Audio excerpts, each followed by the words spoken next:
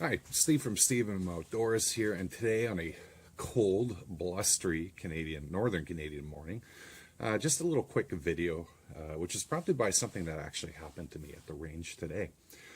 So if you're a reloader and you own a Lee Enfield rifle, chances are everything I'm about to say right now isn't news to you. But for those of you who are perhaps new to reloading or new to reloading for Lee Enfield specifically, this is pretty important.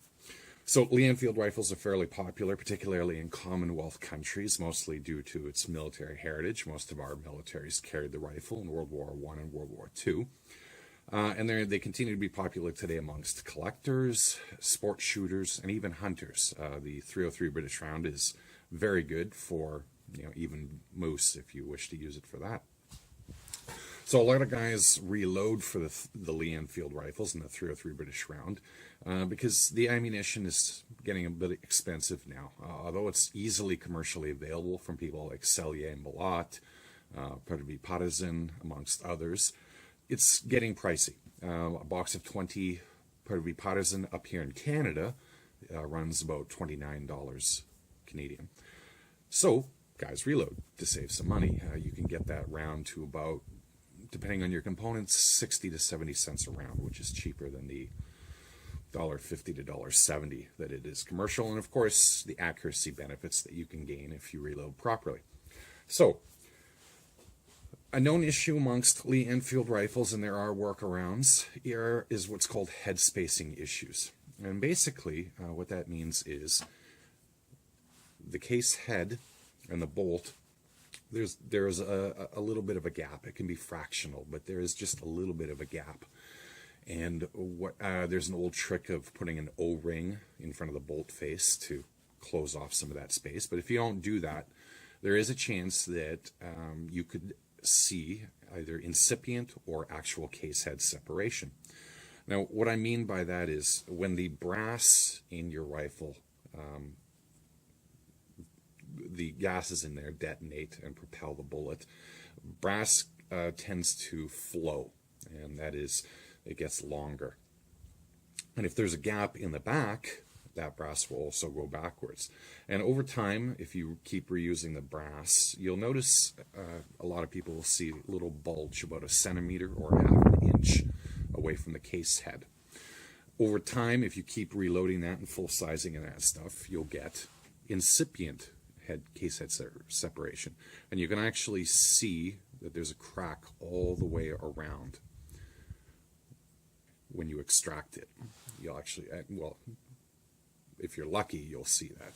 If you're unlucky, what will happen is you will eject the round, and this will come out, but the rest of this will stay in your chamber. So what's the solution? Well, the solution is, one, don't use your brass for .303 too often. Learn to recognize the signs when you're going to, the brass is getting to the point in its lifespan that you have to throw it away. And two, buy one of these. This is called a case head extractor. Now, basically how it works is you eject your round. The only thing that comes out is the case head. You've got a couple of inches, well, I guess an inch and a half of brass stuck into your chamber. A lot of guys, they're like, oh damn, and they start pounding it out, or they bring it to a gunsmith. This $10 tool might be able to save you. So basically, all you do is, so let's presume that there is a case head, or sorry, a case stuck into the chamber. As you take this, put it in the chamber, close the bolt. Now this is easy because there isn't a case head stuck in there. Open it, and now there might be some pressure pulling it back, because remember, you're trying to rip some brass now out of the chamber that's been fire formed to it, and eject it. Now if you're lucky, and it might take a couple of times, the case head will be around this. So this kind of captures it, goes in front of the case. You'll see it basically like, oops, sorry, the other way around. You'll see it like that. It actually goes over the mouth, and it rips it out.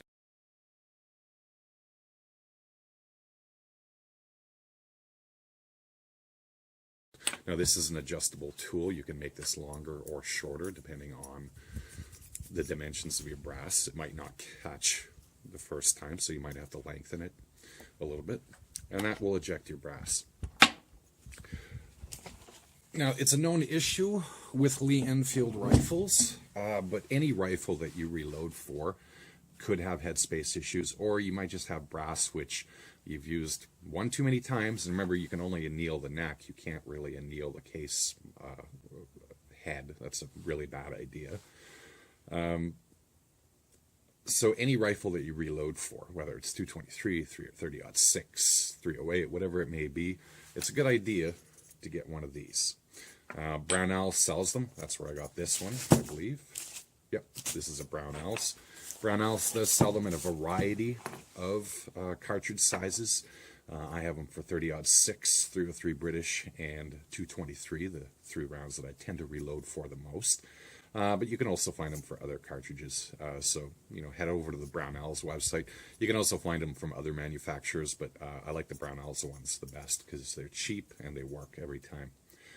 And that's basically it. So if you reload for 303 British, it behooves you to spend all of $10, and that's Canadian, so it's probably cheaper in the United States, $10 to buy one of these to save yourself a potential shortened trip at the range, or having to bring it to a gunsmith in order to pound out that brass properly. That's basically it. I hope you found this video vaguely informative. If you did, please feel free to like the video, share it, subscribe to the channel.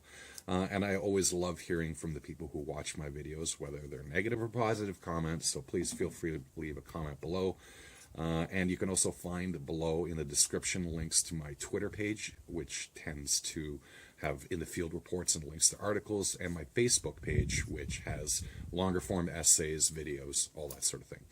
At any rate, it's cold out here and I'm going home, so happy shooting, safe shooting.